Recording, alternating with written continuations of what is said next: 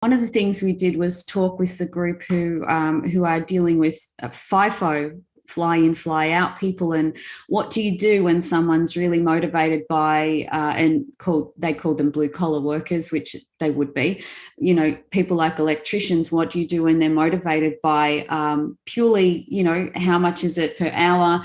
And how much leave do I get? And I think most recruiters are facing this kind of issue, even if it's internal, external. Like, the prima facie surface issues are the ones that often drive people to make a decision.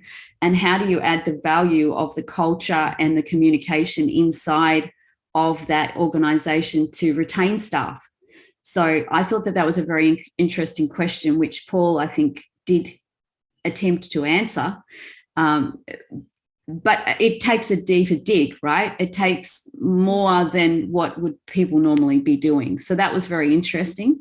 And I think people have had differing experiences, like, a smaller group like Brian leads, he's got to do the coaching himself. So what does great coaching look like? It's ad hoc. It's not constant. It's not one-on-one HR, 24/7.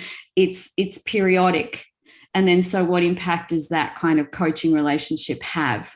That would be something that I think is worth saying.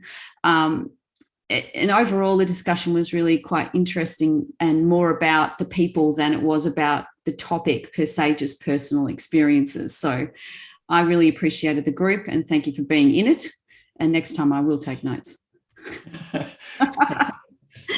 But I would actually, one thing further, I would like, there's a person down the bottom of the screen, Rob Keeping. I know that's Denise. She didn't get a chance to speak. So if there is time, maybe if she wants to say a few words, it'd be great to hear from her too.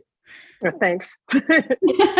Hey, Denise, without putting you on the spot, is that time now, or do you need a few minutes? It doesn't matter. I came in very late because I had a conflict. So, and I appreciate being invited to this.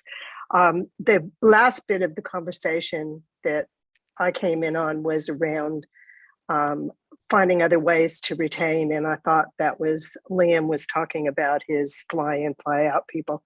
And there was one comment he made that said something to the effect of, for an extra $1.50 an hour, people would move around. But people move around, in my experience, and I don't do blue collar, because they're unhappy with the environment, the culture, and the management, rather than the money. And so while money may attract you, $1.50 an hour really kind of boils down to 75 cents an hour if you really look at it from the tax point of view. And they may move for the money, but they won't stay for the money. So it's other things that you can add to the piece, like he said, recreational time, or maybe a gym membership, or some cultural event, whatever it is. It's showing that you value the person. That's it.